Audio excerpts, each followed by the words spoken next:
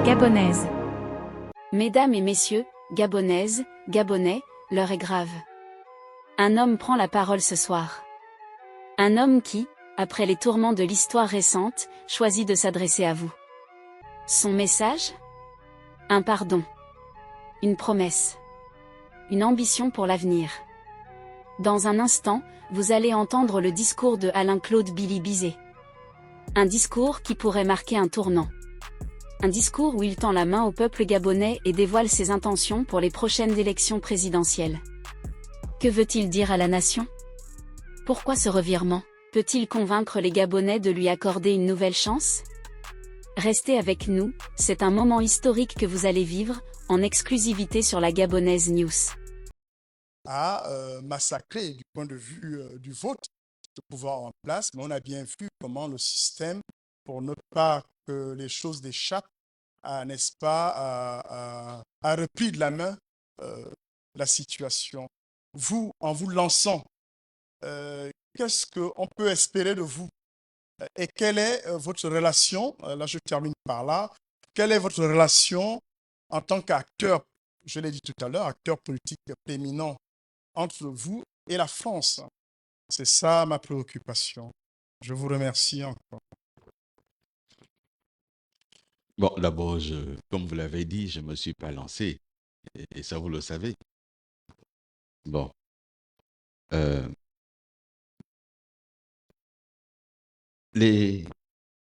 pouvoir dont dispose le peuple, le citoyen, c'est le vote. C'est le vote. J'entends dire, c'est verrouillé. Rien n'est verrouillé. Tout système a sa faille.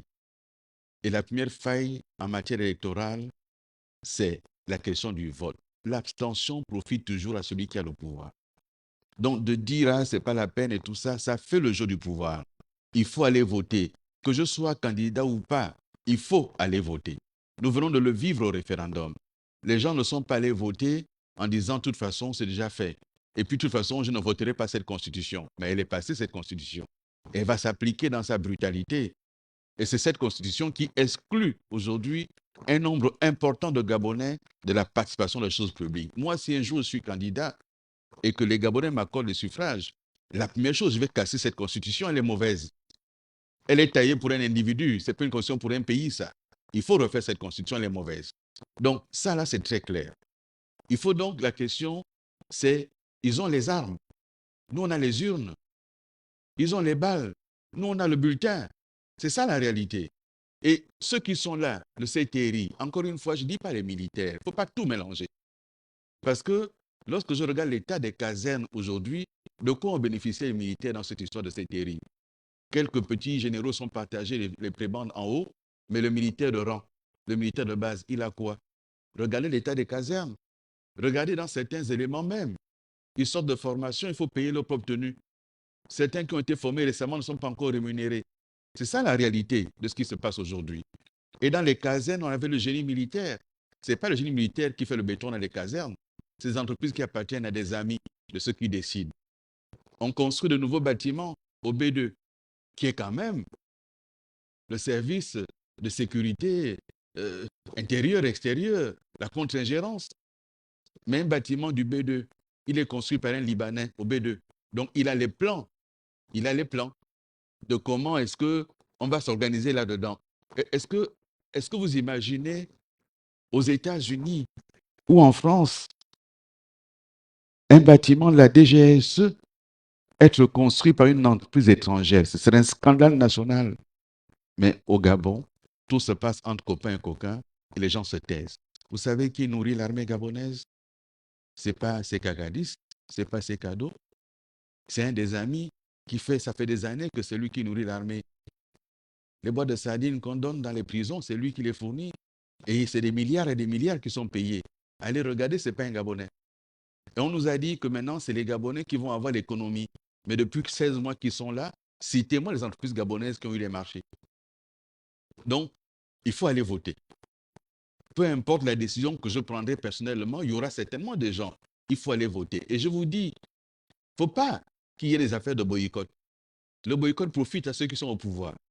Il ne faut pas entendre parler de non, ce n'est pas la peine. Non, non, non. La loi est mauvaise, il faut contester cette loi électorale. Elle est mauvaise. Mais tout système politique en place a toujours cherché à verrouiller les élections, ici ou ailleurs. Mais quand le peuple se lève, ce verrou saute. C'est la pression du peuple qui fait sauter tous les verrous. Et donc, il faut que le peuple ne se décourage pas. Il faut aller voter, c'est essentiel. Il faut rompre avec ce système, il faut casser ce système. Le laisser survivre, c'est nous condamner, condamner notre avenir. Comment condamner notre avenir? Moi, je vous dis les choses très clairement. J'ai aussi entendu des gens dire, ah, mais bon, il fait le jeu des militaires, enfin, du CTRI. Mais il faut bien regarder les gens. Quand j'aime, je le dis. Je n'ai jamais caché mes sentiments politiques. Et quand j'aime pas, je dis j'aime pas. Les choses sont très claires. Et donc, oui, il faut se lever. Est-ce qu'il y a une stratégie? Oui, il y a une stratégie. Est-ce que je la dirai ici? Non, je ne la dirai pas ici. Mais il y a une stratégie. Il faut aller voter. Il faut aller voter. Sur la France, il y a une règle générale. Les États n'ont pas d'amis. Les États ont des intérêts. Et c'est à nous, Gabon, de situer notre intérêt et de le défendre. Mais la défense des intérêts, c'est d'abord la légitimité que tu as. Donc, si quelqu'un t'a aidé à être là, est-ce que tu peux avoir les mains libres pour réorganiser tes intérêts? Et donc, c'est d'abord la question centrale. Ensuite, est-ce que j'ai des relations avec la France ou les Français? Ben oui, je suis un acteur. Oui, on se rencontre, on échange, on discute. Et je leur dis ce que j'ai à leur dire. Ils me disent ce qu'ils ont à me dire. Ce serait dommage qu'à ce niveau de responsabilité, que je ne sois pas en capacité de discuter avec un certain nombre d'autorités françaises. Oui, nous discutons. Mais moi, c'est Gabon d'abord. Moi, c'est Gabon d'abord. Donc, on a beau discuter, ils savent très bien que, bon, si un jour ma réflexion arrive à un terme, et si un jour les Gabonais me font confiance, et si un jour j'arrive aux responsabilités, on devra s'asseoir pour regarder notre pays, regarder tous les accords qu'il y a et les rééquilibrer, ils le savent. Et ce n'est pas faire insulte que de rappeler cela, ils le savent. Mais l'essentiel ici, c'est d'abord le peuple gabonais. Il n'y a pas une politique qui peut être prospère si ce n'est pas une politique qui s'oriente vers le peuple gabonais. On a beau faire plaisir à nos amis qui nous soutiennent, mais quand le peuple gabonais n'est plus d'accord avec soi, rien ne peut fonctionner. C'est donc vers le peuple qu'il faut orienter sa politique. Si un jour j'ai été candidat et si un jour je suis élu. Bon, c'était la dernière question, non? Non, non, on a encore 2 à 3 minutes. Alors, Monsieur le Président de la plateforme, bonjour. Bonjour à tous. Alors, Monsieur le Président de la plateforme, je suis Monsieur Alex Otogué, ressortissant du canton Bissau. Alors, Monsieur le Président de la plateforme, le canton Bissau souffre d'un problème majeur. Je crois que vous avez été au ministère de l'Énergie. Alors, j'ai une préoccupation suite aux préoccupations des populations du canton Bissau. Qu'est-ce qui fait en sorte qu'aujourd'hui, des pompes villageoises on n'arrive pas à trouver des solutions pour amener à l'eau potable aux populations du canton Bissau? Parce que jusqu'à aujourd'hui, ça devient toujours un problème majeur. Les parents qui n'ont pas des enfants au sein des villages n'arrivent pas à consommer de l'eau potable. Ça, c'est ma première préoccupation concernant le social. Alors, ma seconde préoccupation, c'est sur le côté politique. Monsieur le président de la plateforme, euh, voyez-vous, vous connaissez ce système. Au sein du canton Bissau, j'ai été candidat à la législative. Et la période de 2022 à 2023, je n'ai pas fait 2 mois sans séjourner au Bénin. À cette période, vous connaissez votre collègue, mais il rendait la vie très difficile. Et aujourd'hui, il s'avère que ce système s'est encore accentué sur ma circonscription électorale. Monsieur le président de la transition, à tort ou à raison, vous êtes un acteur politique, vous avez des ambitions. Vous l'avez. Et, pardon? Oui. Oh, désolé. Mais,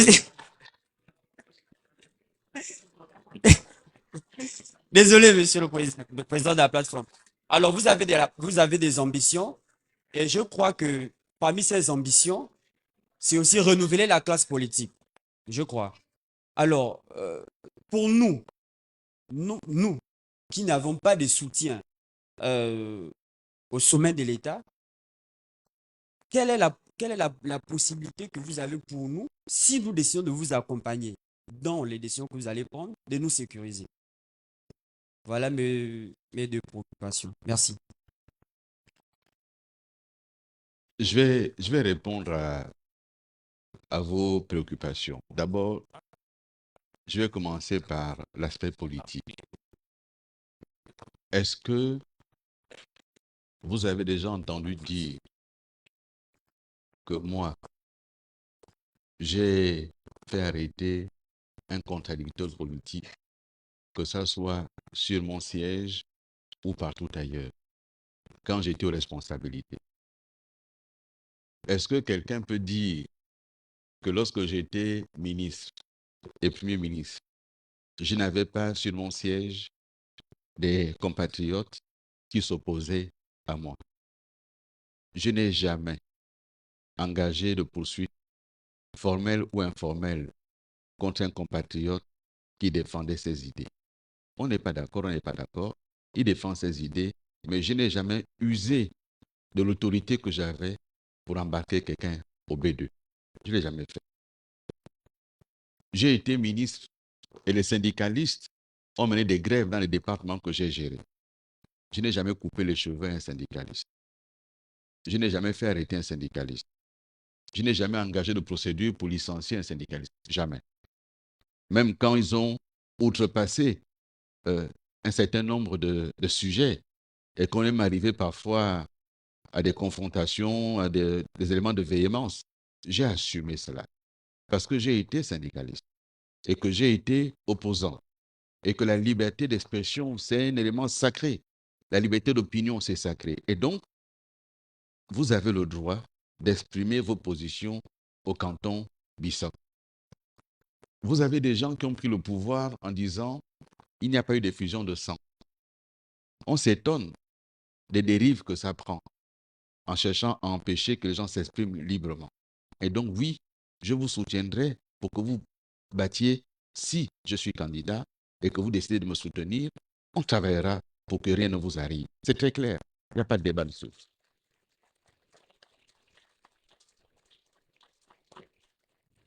Sur la question de l'énergie, de l'eau, quand je répondais tantôt à la question de l'énergie, j'aurais dû rappeler que comme ministre de l'énergie, j'ai engagé des négociations avec la Guinée équatoriale dans le cadre de ce qu'on appelle le pôle énergétique d'Afrique centrale. Le Gabon abrite le siège de la CEAC. Et la CEAC dispose d'un certain nombre d'organismes et de structures, dont le pôle énergétique d'Afrique centrale, qui vise à créer dans notre sous-région un marché de l'énergie. Il faut savoir, je termine rapidement par là parce qu'on commence à être un peu fatigué. Il faut savoir que la province du Haut-Lenthem aujourd'hui est l'une des provinces où l'énergie coûte très cher à la production. Environ 250 francs le kilowattheure à la production. Mais que la SCG vend à 100 francs le kilowattheure. Et donc, chaque kilowattheure vendu, la SCG perd de l'argent dans le Haut-Lenthem. Parce que c'est essentiellement l'énergie thermique qui fonctionne au gazole. C'est éloigné, c'est cher, etc. D'où les coupures. Nous avons signé. Eh bien, j'ai été surpris d'entendre certains compatriotes dire on ne va pas quand même aller acheter le courant en Guinée équatoriale.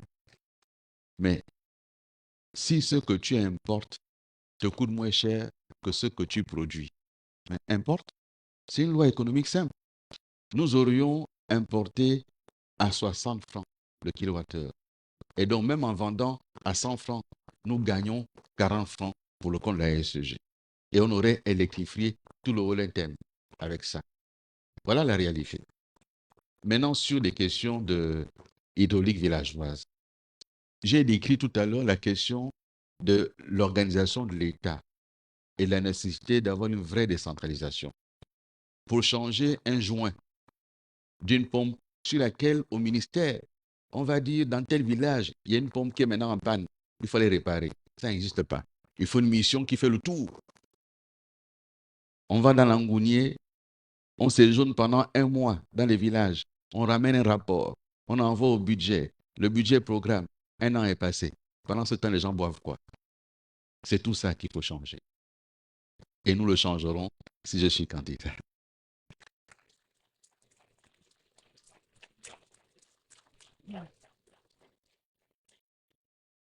Bonsoir, Monsieur le Premier ministre. Je m'appelle Okomo Bamgras Fricha. Vous avez occupé des postes importants dans notre beau pays, au Gabon, notamment dans le gouvernement d'Ali Bongo. Maintenant, vous êtes considéré comme opposant, ce qui veut dire que... Il a échoué. Il faut le dire. Et ça, sur un débat simple, on lui demande, dis-nous l'institution que tu as restaurée. C'est 0. Deuxième promesse faite aux Gabonais. Au terme de la transition, et avec l'aide du peuple gabonais et des partenaires au développement, nous organisons les élections libres, transparentes, crédibles, inclusives, et nous rendrons le pouvoir aux civils. Deuxième promesse. Est-ce que ce qu'il fait là, il va rendre le pouvoir aux civils? Donc, quand vous me dites, vous avez occupé des postes importants, oui, ma fille, j'assume cela. Mais je n'ai pas été le seul à occuper les postes importants. Mais je dis simplement, on ne peut pas continuer avec un système où on dit une chose, on fait le contraire. La parole d'honneur d'un homme doit engager. Et qui plus est, la parole d'un officier prononcée publiquement devant la communauté nationale et internationale. Il a dit, nous rendons le pouvoir. Il ne rend pas le pouvoir. Que fait-il? Il décide que les militaires vont maintenant être candidats. Et je vous dis, les yeux dans les yeux, ce n'est pas possible. Si nous acceptons ça, écoutez-moi bien. 1, les militaires ne l'ont pas demandé. Les militaires, ce sont des hommes et des femmes qui ont fait le choix libre, assumé, de servir notre pays sous le drapeau et de risquer leur vie pour sauver la patrie. Ils n'ont pas choisi de faire la politique. La Gabonaise.